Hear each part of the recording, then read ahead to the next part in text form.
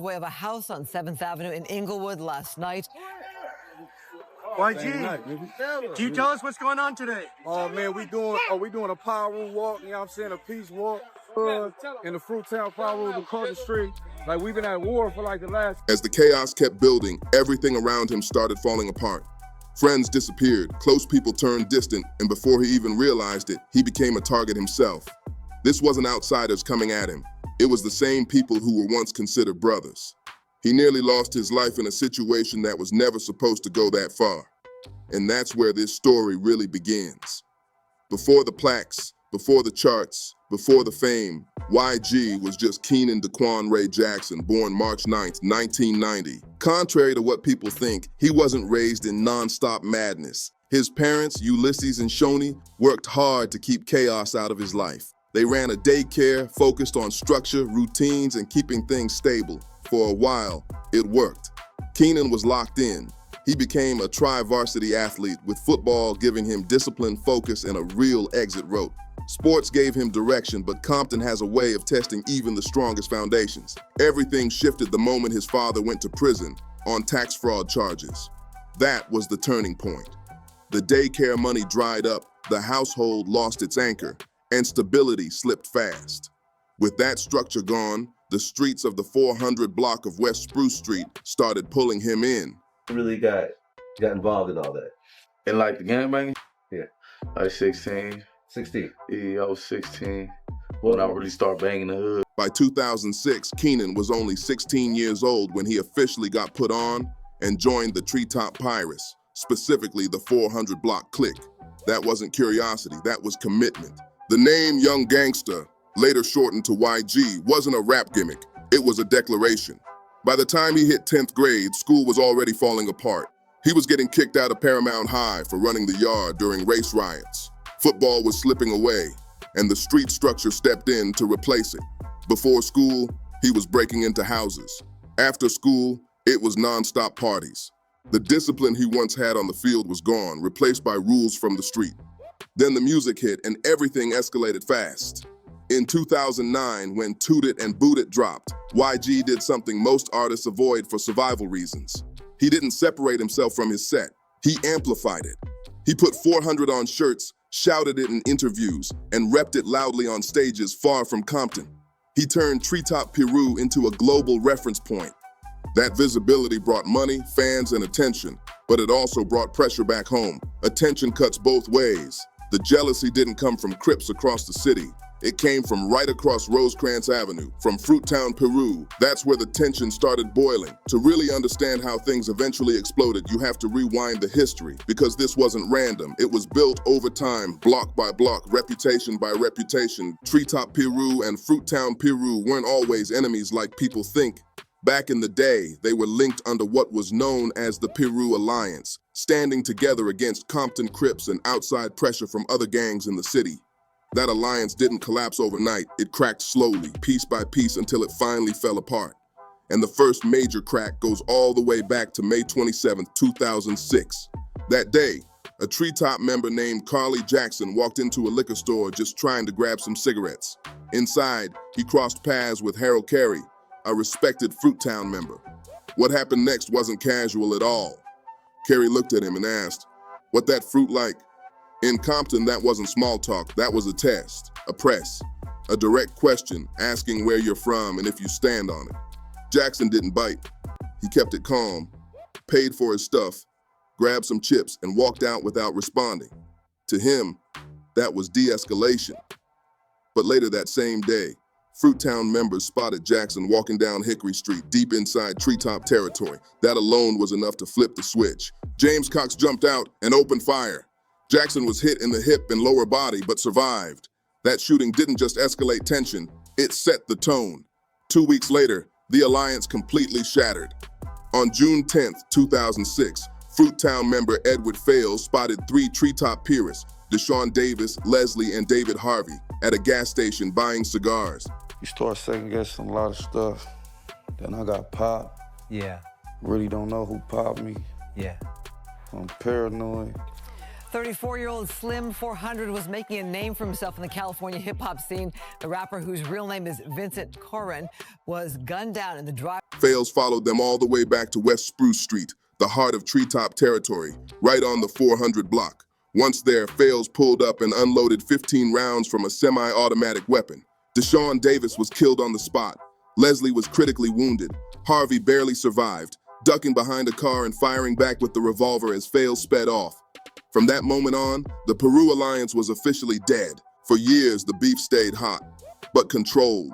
There were prison incidents, stabbings, online disrespect, and quiet retaliation. It was active, but contained. But once YG's profile started rising, everything changed. What used to be a local street conflict suddenly had an audience. Every interview YG did, every stage he stepped on, every time he shouted out 400, it felt like pouring gasoline on a fire that never went out. The resentment grew. What was once block-level tension now felt like it was being broadcast to the world. By 2012, the pressure finally spilled out of the streets and into the music industry. It happened at the Los Angeles Convention Center. YG was booked to perform, representing Treetop Peru. On the same bill was Compton Menace, a rapper tied to Fruittown. The lineup also included Nipsey Hussle and Tyga, and the event was supposed to be a celebration of West Coast unity. But that night proved one thing loud and clear. Some histories don't stay buried, and some beefs don't care about stages, spotlights, or microphones. The energy was already off before the first song even played, and what happened next changed everything. The moment YG hit that stage, the energy flipped instantly. Compton Menace's crew started pressing forward, throwing gang signs, red on red, right in front of everybody. What was supposed to be music turned into raw tension in seconds. The crowd felt it before it even went left. Then it popped off. No warning. The stage exploded into chaos. Artists' entourages, security, everybody tangled up at once. The fight spilled off stage, outside the venue, and before anyone could process what was happening, gunshots rang out. The entire event got shut down immediately. By 2014, any quiet understanding that once existed between Treetop Peru and Fruittown Peru was officially over. The past was revoked. No more grace, no more exceptions. Outsiders watching the headlines were confused. Bloods going at Bloods didn't make sense to people who didn't understand Compton's internal politics. But for the people living in it, the reasons were already written in blood, and the streets had been keeping score for years. The real breaking point came after a series of high-profile incidents that shattered what little restraint was left. One of the most explosive moments happened inside Fruittown territory itself. A Fruittown member known as Stone was shot in the neck on the 800 block of Cherry Street, right in the heart of Fruittown. During that same shooting, a young woman named Jen Toya Theus was killed. That loss changed everything. After that, the violence escalated fast. No pauses, no cool-downs, just retaliation after retaliation. Not long after, a respected Treetop big homie known as Noon was killed. Then shortly after that, a Fruittown member named Terrell T-Mac was murdered. Each death stacked pressure on the next. The old alliance language disappeared completely. What replaced it was pure disrespect. Treetops mocked their rivals as Fruit Loops, while Fruittown fired back, calling YG's side Tank Tops. On the surface, it sounded like jokes, but underneath, it was a full-blown civil war ripping through Compton. This was the environment YG was moving through when his life nearly ended. On June 12, 2015, around 1:45 a.m., YG was inside a recording studio in Studio City, locked in on music for what would later become Still Brazy. On paper, this should have been safe territory. Studio City sits in the San Fernando Valley, quiet, low-key, far removed from Rosecrans Avenue politics. The session was going smooth, the vibe focused, but somebody knew exactly where he was. A car pulled up outside the studio. This wasn't a robbery. No hesitation, no demands. The shooters got straight to it. Gunfire erupted immediately. 3 bullets hit YG, striking him in the hip and groin area. Shots meant to kill. In the chaos that followed, YG didn't wait around. Street instincts took over. His people rushed him into a car and peeled off toward the hospital at full speed. They were moving so fast they crashed, had to ditch that vehicle, jump into another, and keep going just to get him to the ER in time. When LAPD arrived at the studio, all they found was blood, shell casings, and silence. No witnesses, no statements. Just proof that the war had followed YG far beyond Compton, and that fame didn't protect him from street consequences. When Sergeant Ernie Fisher spoke to the media, he said YG was uncooperative. To outsiders, that sounded stubborn. To anyone who understands the streets, it made perfect sense. YG already knew this wasn't random, wasn't a mistake, wasn't bad luck. He knew exactly what kind of situation this was, and talking to police was never going to change the outcome. Silence wasn't defiance, it was survival. Months later, YG finally broke his silence, but not to law enforcement. He spoke to the fader, and what he said confirmed what many already suspected. He explained that this felt like an inside job, like somebody had real-time information. In his words, it was somebody really coming to get me, type energy. He said it felt like people knew exactly where they were, exactly when they'd be there. This wasn't crip business, not random street noise. The shooters knew the studio, the timing, the movement. That level of precision only comes from familiarity, people who once shared space, history, and trust. Performing, getting jumped, and all that shit, fighting shootouts and all that type. Shit was crazy. Shit still. YG survived and was released from the hospital the very next day, returning to the studio on crutches. Physically, he healed fast. Mentally, something changed forever. In Compton, surviving a shooting adds to your name, but surviving one where the shooter might be someone you grew up with plants a different kind of weight. It brings paranoia, second guessing, and sleepless nights. When Still Brazy dropped in June 2016, critics praised it as a return to classic West Coast sound, minimal, raw, unapologetic. But beneath the production, the album carried something heavier. Songs like Who Shot Me weren't rhetorical questions. YG was processing betrayal in real time. He rapped about friends smiling in his face while plotting behind his back, about not being able to sleep, about questioning loyalty when trust feels dangerous. While YG insulated himself with distance and security, the streets were still absorbing the fallout, and the opposition understood a brutal truth. If you want to hurt the king, you don't always aim at the king, you aim at his brothers. That's how pressure really lands. That brings us to Vincent Corrin, known to the world as Slim 400. Slim was born in Germany to military parents, but raised in Compton. He wasn't just an artist on YG's 400 label. He was Treetop Piru to the core, a real member with real respect. More than that, he was YG's right-hand man, the bridge between fame and the 400 block. And bridges, they get targeted first. In 2019, Slim returned to Compton to visit family. It was supposed to be routine, familiar, safe, but the war doesn't sleep. A drive-by tore through the area, bullets ripping through the vehicle. It was a reminder that no matter how much time passes, some conflicts never cool off. Slim was hit 9 times. Most people don't survive that, and somehow Slim did. He spent weeks in the hospital, went through multiple surgeries, and still walked out alive. In Compton, surviving something like that builds mythology. Slim wore it like armor. He moved like someone who thought he'd already beaten death, and for a while, it looked like he had. But Compton wars don't come with expiration dates. Missed shots don't get forgotten, they get rescheduled. 2 years later, the streets came back to collect. On December 8th, 2021, the war followed Slim out of Compton and into Inglewood. He was sitting in a vehicle in his own driveway, home turf, supposed to be safe. Surveillance footage later showed exactly how fast life can end. A man walked up the driveway with a gun already drawn. No hesitation, no confusion. Slim saw him and reacted off instinct. He tried to fight back, lunged for the weapon, refused to go out easy. But the gunman fired. Slim went down, and what made it colder, the shooter didn't panic. He stood over Slim and kept firing before calmly walking away. Slim 400 was rushed to Harbor UCLA Medical Center, where doctors pronounced him dead. He was only 33 years old.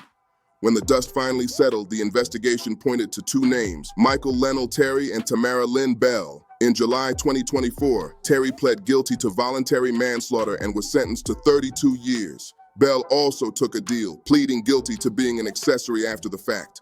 Prosecutors made it clear this wasn't random chaos. This was coordinated. Someone helped hide the shooter. Someone helped move the weapon. This wasn't just street violence. It was planned, protected, and covered up. For YG, that was the line in the sand. He'd already survived his own shooting years earlier. He'd lived with the paranoia, the flinching at loud noises, the constant reminder that fame doesn't make you bulletproof. But Slim wasn't just another homie. That was family. That was his right hand, his bridge to the 400 block, his blood. Watching Slim get lowered into the ground hit different. At the funeral, YG served as a pallbearer. The casket was draped in red, bandanas loud and unmistakable, symbols of where Slim came from and what he stood for. Later, YG inked a portrait of Slim on his leg with the words Brazy Blood and Love You PT, permanent marks for a loss that never heals. Slim 400's murder forced a brutal truth into the open. YG's success could buy him a mansion in the hills, private gates, and security, but it couldn't buy safety for the people who stayed rooted in Compton, the homies still on the same blocks, the ones walking past the same corners every day. Fame can move you away from danger, but it can't pull everyone with you. And in that reality, the cost of survival stays heavy, long after the headlines fade. By that point, the red-on-red war had stopped being about territory or pride. That was gone a long time ago. What it turned into was something darker, cannibalistic. Treetop and Fruit Town were tearing each other apart, doing the work their real enemies, the Crips and law enforcement, normally would have done for them. It wasn't strategic anymore. It was self-destruction. And after Slim 400's death, the whole city felt like it was holding its breath. Compton wasn't peaceful, but it wasn't exploding either. It sat in this dangerous middle ground, tense, heavy, like one wrong look, one viral clip, one song lyric taken the wrong way could spark everything back up again. The old rules were gone. The structure that once existed, where older homies checked the younger ones, where boundaries were understood, had completely eroded. Social media poured gasoline on everything. Beef turned into content.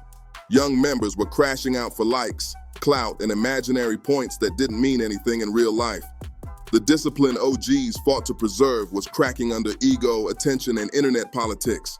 Respect wasn't earned anymore, it was performed. Then in the summer of 2024, something nobody expected happened. On August 18th, 2024, whispers started spreading through Compton like a rumor nobody wanted to believe. Word was, a peace walk was being organized.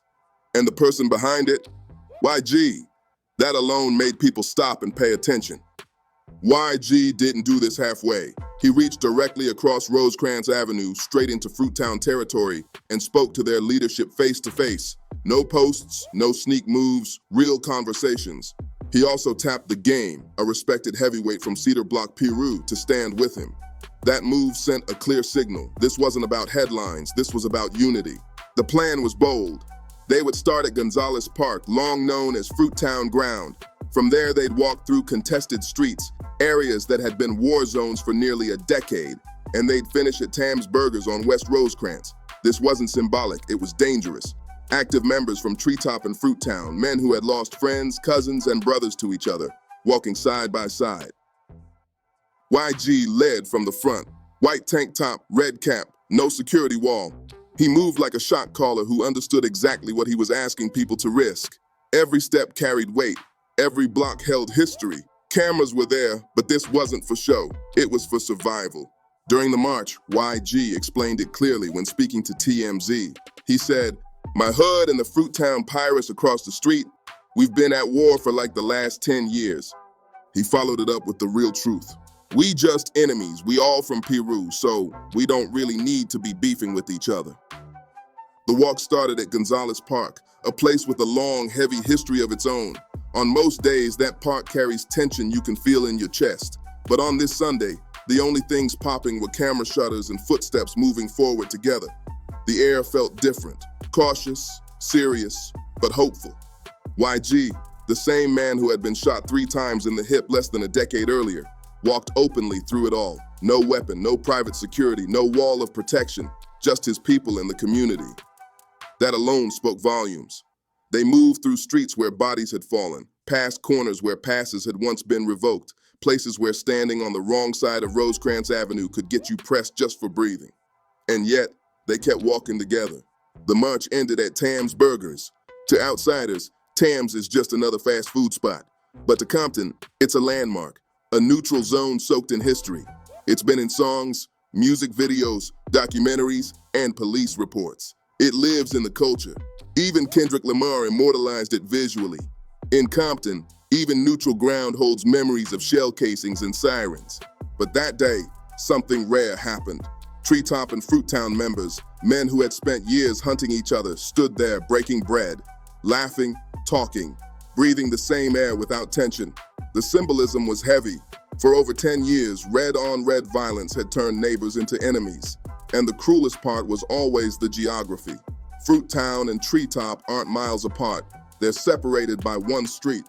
For years, Rosecrans Avenue might as well have been a border between life and death. Crossing it meant consequences. But on August 18th, they crossed it together. That moment mattered. The presence of the game mattered too. As a respected member from Cedar Block, Peru, his involvement sent a message. This wasn't just a viral moment, this was a movement. OGs were stepping back into the picture, trying to guide the younger generation away from self-destruction, away from crashing out for likes, stories, and unfinished beefs. By 2024, YG had fully evolved. He wasn't just a rapper who survived the streets, he was someone trying to heal them.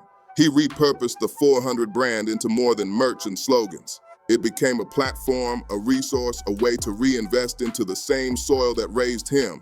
Hits like My Nality and Big Bank gave him influence. And instead of running from Compton, he used that influence to repair its foundation. YG didn't disappear into the hills and pretend the 400 block never existed. He came back with purpose, with responsibility, with vision.